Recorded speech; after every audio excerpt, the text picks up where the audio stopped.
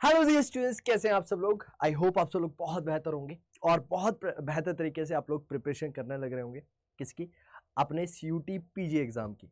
मैं लेकर आया हूं आप सब लोगों के लिए एक इंपॉर्टेंट वीडियो, जहां पर मैं आप लोगों के साथ में डिस्कस करने वाला हूं पूरा का पूरा सिलेबस जो कि CUT PG इकोनॉमिक्स का रहने वाला है। क्योंकि हर एक बच्चा जो पोस्ट ग्रेजुएशन के अंदर प्रिपरेशन करना चाहता है किसी भी सब्जेक्ट की, चाहे वो इकोनॉमिक्स हो, इंग्लिश हो या फिर कोई भी एडिशनल सब्जेक्ट हो, तो आप सब लोगों के लिए सबसे ज़्यादा इंपॉर्टेंट हो जाता है कि उसके सिलेबस के बारे में हमें आइडिया रहे कि हमारा सिलेबस क्या रहने वाला है। अगर मैं इसके सिलेबस की बात करता हूं तो आप सब देख पाएंगे कि ये जो पूरा का पूरा सिलेबस है, इस सिलेबस के अंदर कहीं ना कहीं कुछ सिमिलरिटीज आपको देखने के लिए मिलेगी। आपने जो ग्रेजुएशन के अंदर सिलेबस पढ़ा हुआ है उससे, और जो 11th और 12th क्लास के अंदर भी जो आप बेसिक पढ़कर आए हैं उससे भी। ये समझने से पहले हम लोग को ये जानना जरूरी है कि इस पूरे के पूरे पेपर के अंदर आपके पास कितने मार्क्स की वेटेज रहती है और टोटल क्वेश्चंस इसके अंदर कितने पूछे जाते हैं। अगर मैं बात करता हूं इस क्वेश्चन पेपर की, तो पूरे के पूरे इस क्वेश्चन पेपर के अंदर जो आपका इकोनॉमिक्स का रहने वाला है, टोटल आपके 75 क्वेश्चंस जो है वो पूछे जाते हैं और सारे के सारे क्वेश्चंस आपके सब्जेक्ट स्पेसिफिक हैं। जी हाँ, यानी कि आपको यहां पर सब्जेक्ट स्पेसिफिक क्वेश्चंस के ही आंसर करने होंगे। 75 के 75 क्वेश्चंस आपको सब्जेक्ट ओरिएंटेड ही यहां पर देखने के लिए मिलने वाले हैं। उसके बाद सारे के सारे क्वेश्चंस आपके पास यहां पर कंपलसरी होंगे। और लैंग्वेज की अगर बात की जाए तो आपको इंग्लिश और हिंदी लैंग्वेज दोनों के अंदर ये पेपर देने का मौका मिलता है। आप दोनों सब्जेक्ट के अंदर लैंग्वेज के अंदर इस पेपर को दे सकते हैं, लेकिन आपको चूज करना पड़ेगा कि आप इंग्लिश में देना चाहते हैं या फिर हिंदी में देना चाहते हैं। जो हिंदी मीडियम के बच्चे रहते हैं वो हिंदी के अंदर अडॉप्ट करते हैं, और जो इंग्लिश मीडियम के रहते हैं वो जनरली इंग्लिश के अंदर इस पेपर को देते हैं। राइट, तो सबसे पहले अगर मैं बात करता हूं तो इसके अंदर क्या यूनिट आती है? Micro economics. जी हाँ, माइक्रो इकोनॉमिक्स जो आप क्लास 11th के अंदर पढ़कर आते हैं, क्लास ग्रेजुएशन के अंदर आप लोग पढ़ते हैं, कई जगह पर आप क्लास 12th के अंदर पढ़ते हैं, जैसे कि स्टेट बोर्ड के अंदर कई बार इसे 11th में, कई बार 12th में पढ़ाया जाता है, यानी कि वाइस वर्सा चलता है। तो आपके पास माइक्रो इकोनॉमिक्स का टॉपिक है, लेकिन माइक्रो इकोनॉमिक्स के अंदर आपके ग्रेजुएशन लेवल के जो कॉन्सेप्ट्स है वो भी यहाँ पर पूछे जाते हैं। जैसे कि आप लोग यहाँ पर देख पा रहे हैं, कंज्यूमर थ्योरी और behaviour, demand, utility, indifference curve, revealed preference theory, consumer surplus, demand, utility, indifference curve, ये जो तीन टॉपिक है ये आप लोग कहीं ना कहीं अपनी 11th क्लास या फिर 12th क्लास के अंदर रिस्पेक्टिवली पढ़कर आए हैं। 12th क्लास इसलिए बोलने लग रहा हूं, कहीं पर स्टेट बोर्ड्स के अंदर 12th क्लास के अंदर माइक्रो इकोनॉमिक्स आप लोग को देखने के लिए मिलती है। उसके बाद आपके पास आता है प्रोडक्शन थ्योरी। प्रोडक्शन थ्योरी के अंदर production function, law of variable proportion, return to scale, cost function, types and concept, ये देखने के लिए मिलता है। उसके बाद आपके पास आता है price and output determinant in the market. यहां पर आपको मार्केट स्ट्रक्चर के बारे में बताना होता है। जैसे कि आपको पता है कि डिफरेंट टाइप की मार्केट्स हमें इकोनॉमिक्स के अंदर देखने के लिए मिलती है, चाहे आप परफेक्ट कॉम्पिटिशन की बात करते हैं, चाहे आप ओलिगोपोली की बात करते हैं। राइट, ये सारी टाइप की मार्केट आपको देखने के लिए मिलती है। परफेक्ट कंपटीशन के अंदर क्या होता है, ओलिगोपोली के अंदर क्या होता है, कार्टेल्स जो होते हैं वो कहां पर बनते हैं, है ना, उनके बारे में डिटेल में डिस्कशन यहां पर की जाती है। मोनोपोली, प्राइस डिस्क्रिमिनेशन कहां पर होता है, मोनोपोलिस्टिक, ड्यूपोली क्या है, ओलिगोपोली मॉडल्स क्या है, उसके बारे में बात करेंगे। जनरल इक्विलिब्रियम के बारे में बात करेंगे, एफिशिएंसी एंड वेलफेयर के बारे में बात करेंगे। ये टॉपिक आपके माइक्रो इकोनॉमिक्स के अंदर रहते हैं। मैक्रो इकोनॉमिक्स हालांकि यहां पर बहुत छोटे टर्म्स में बताया हुआ है, लेकिन हर एक यूनिट को बहुत ज्यादा डिटेल में यहां पर अपन लोगों को पढ़ना होता है। क्यों? क्योंकि सबसे ज्यादा अगर क्वेश्चंस अगर आप एग्जाम के अंदर देखते हैं या फिर अभी भी आपने पेपर एनालाइज किया होगा इस बार का, तो आपने देखा होगा कि मैक्रो इकोनॉमिक्स से काफी अच्छे वेटेज के क्वेश्चन यहां से पूछे जाते हैं। अगर मैं मैक्रो इकोनॉमिक्स की बात करता हूं तो नेशनल इनकम अकाउंटिंग हो गया, इनकम एंड आउटपुट डिटर्मिनेशन, जिसके अंदर एग्रीगेट डिमांड, एग्रीगेट सप्लाई की बात की जाती है, effective demand principle, classical and Keynesian theory. Keynesian theory आप लोग जनरली ग्रेजुएशन लेवल पर पढ़कर आते हैं, और पोस्ट ग्रेजुएशन के अंदर भी आप लोग पढ़ेंगे। जब आप लोग एडमिट हो जाते हैं किसी भी अच्छे कॉलेज के अंदर, तो वहां पर भी आप लोग केनेशियन थ्योरी के बारे में बहुत ज्यादा डिटेल में पढ़ते हैं। लेकिन ग्रेजुएशन के अंदर भी आप एक ओवरव्यू लेकर आते हैं, और उसी ओवरव्यू के आधार पर क्वेश्चंस आपसे पूछे जाते हैं आपके एग्जाम के अंदर। Money and inflation, money and inflation के अंदर मनी वाला पोर्शन आप लोग कहीं ना कहीं डिटेल में पढ़कर आए हैं। कहां पर पढ़कर आए हैं? अपने मैक्रो इकोनॉमिक्स के अंदर, जो कि आपने क्लास 12th के अंदर भी पढ़ी है और ग्रेजुएशन लेवल पर भी आप लोगों ने पढ़ी है। लेकिन इन्फ्लेशन की अगर बात की जाए तो इन्फ्लेशन का टॉपिक थोड़ा सा न्यू हो जाता है, क्योंकि आप लोग इसको जनरली ग्रेजुएशन के अंदर पढ़ते हैं। राइट, और अगर यहां पर बात की जाए तो demand and supply of money के बारे में बात की जाएगी, मनी मल्टीप्लायर के बारे में बात की जाएगी, हाई पावर्ड मनी किसे बोला जाता है, क्रेडिट क्रिएशन कैसे होता है, रिजर्व बैंक ऑफ इंडिया का क्या रोल है, कॉमर्शियल बैंक्स की क्या रोल है, क्वांटिटेटिव थ्योरी ऑफ मनी क्या है, फिलिप कर्व। फिलिप कर्व आप लोग जनरली नहीं पढ़ते हैं, लेकिन फिलिप कर्व जो है ये भी बहुत इंपॉर्टेंट रोल प्ले करता है आपके मनी एंड इन्फ्लेशन चैप्टर के अंदर। Monetary and fiscal policy of India, इसके बारे में भी डिस्कशन करेंगे। उसके बाद करते हैं कंजप्शन एंड इन्वेस्टमेंट फंक्शन, ये भी मैक्रो इकोनॉमिक्स का आप लोगों का पार्ट है।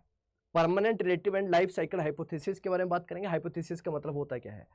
Determinants of business, fixed investment के बारे में बात करेंगे, रेजिडेंशियल इन्वेस्टमेंट के बारे में, इन्वेंटरी इन्वेस्टमेंट के बारे में, मल्टीप्लायर एंड एक्सेलेरेटर के बारे में यहाँ पर बात होती है। ओपन इकोनॉमी मॉडल के बारे में, जहां पर मुंडल्स एंड फ्लेमिंग मॉडल्स आता है, IS, LM and BP curve के बारे में यहाँ पर अपन लोग बात करने वाले हैं। Balance of payment, exchange rate determination, purchasing power parity, जिसे कि पीपीपी के नाम से भी अपन लोग बोलते हैं, उसको जाना जाता है, उसके बारे में भी डिटेल में चर्चा यहाँ पर होगी। इकोनॉमिक ग्रोथ के अंदर जनरली हम लोग पढ़ेंगे हेरेट-डोमरा मॉडल, राइट, और सोलो मॉडल। ये दो मॉडल्स के बेसिस पर अपन लोग बात करने वाले किसकी, इकोनॉमिक ग्रोथ की, है ना। एक हेरेट-डोमरा मॉडल है और दूसरा हमारे पास रहता है क्या, सोलो मॉडल। ये दो मॉडल बहुत ज्यादा इंपॉर्टेंट है, राइट। उसके बाद हमारे पास आता है statistical methods in economics. Stats यानी कि बिजनेस स्टैट्स बोल लो या फिर इकोनॉमिक्स से रिलेटेड स्टैट्स बोल लो, जिसको कि आप लोगों ने स्टैटिस्टिक्स फॉर इकोनॉमिक्स के अंदर पढ़ा होगा। कहाँ पर, क्लास 11th के अंदर या फिर क्लास 12th के अंदर, राइट। क्लास 11 12 क्यों बोल रहा हूँ, क्योंकि सिलेबस कहीं पर स्टेट बोर्ड्स के अंदर स्टैट्स जो है वो 11th में पढ़ा दी जाती है, कहीं पर 12th में पढ़ाई जाती है, वो अलग अलग पैरामीटर्स है, तो उसके हिसाब से आप लोग को यहाँ पर एडजस्ट करना पड़ेगा। यहाँ पर वही बेसिक चीजें हैं, लेकिन इकोनॉमिक्स कभी भी स्टैट्स के बिना नहीं रिप्रेजेंट कर सकते अपन लोग। इकोनॉमिक्स की वेटेज स्टैट्स के साथ ही देखी जाती है, या फिर इकोनॉमिक्स ऐसा सब्जेक्ट स्टैट्स के साथ ही देखा जाता है।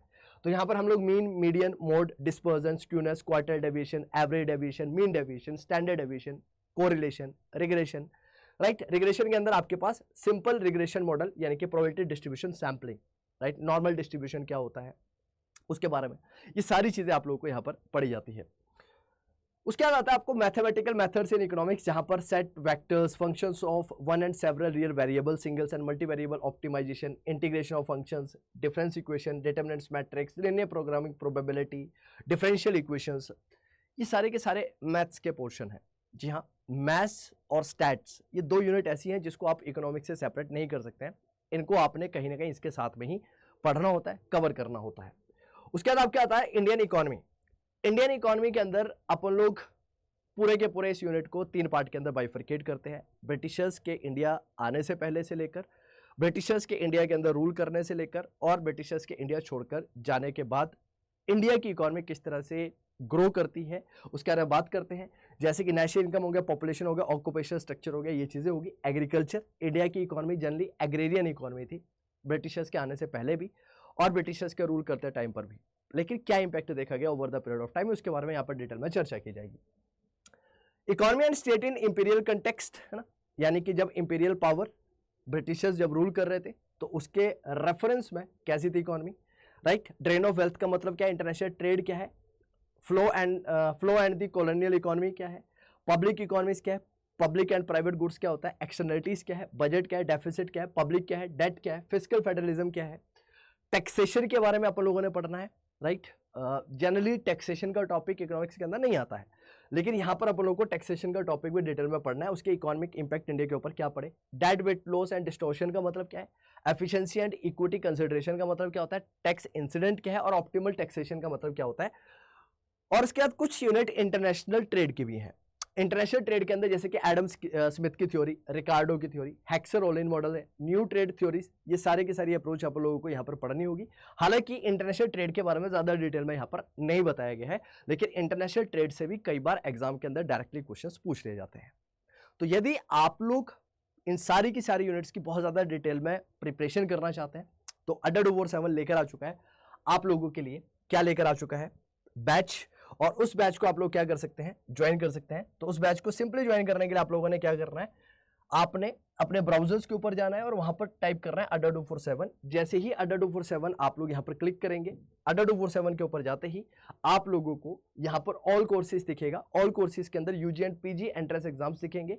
UG and PG entrance exams के अंदर आप लोग को सीयूटी पीजी के ऊपर जाना है, और सीयूटी पीजी के ऊपर जैसे ही आप लोग क्लिक करते हैं तो आप लोग को यहाँ पर दिख जाएगा पूरी की पूरी इकोनॉमिक्स का एस्पिरेशन बैच। जी हाँ, एस्पिरेशन बैच के ऊपर जैसे आप लोग क्लिक करते हैं तो ये पूरे के पूरे साल भर का प्रिपरेशन आपकी इकोनॉमिक्स की यहाँ पर होने वाली है। इस बैच को ज्वाइन करने के लिए यहाँ से आप पहले कोड को रिमूव करेंगे। जैसे आप इस कोड को रिमूव करेंगे आपको ये बैच 13,236 का मिलने वाला है। लेकिन इसके प्राइस को अपन लोग क्या कर देंगे, और ज़्यादा कम करेंगे। कैसे कम करने वाले हैं, जैसे आप इसके ऊपर बाय नाउ के ऊपर क्लिक करेंगे, यहाँ पर एक कोड बताएगा आपको, यहाँ पर सिंपली कोड अप्लाई करना है Y828। जी हाँ, कोड अप्लाई करेंगे आप लोग क्या, Y828। जैसे आप Y828 अप्लाई करते हैं तो ये कोर्स आपको मात्र 10,985 रुपीज़ का मिलता है। लेकिन इस बैच के थ्रू आप पूरे साल भर की प्रिपरेशन जो है वो बेहतर तरीके से कर सकते हैं।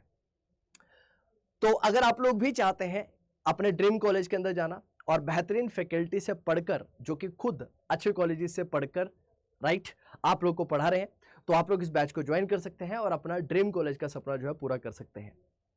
और इसी तरह की वीडियो के लिए जुड़े रहिए आपके अपने चैनल के साथ। तब तक के लिए मैं आपका मेंटर प्रिंस ठाकुर आप सबसे कहता हूं जय हिंद।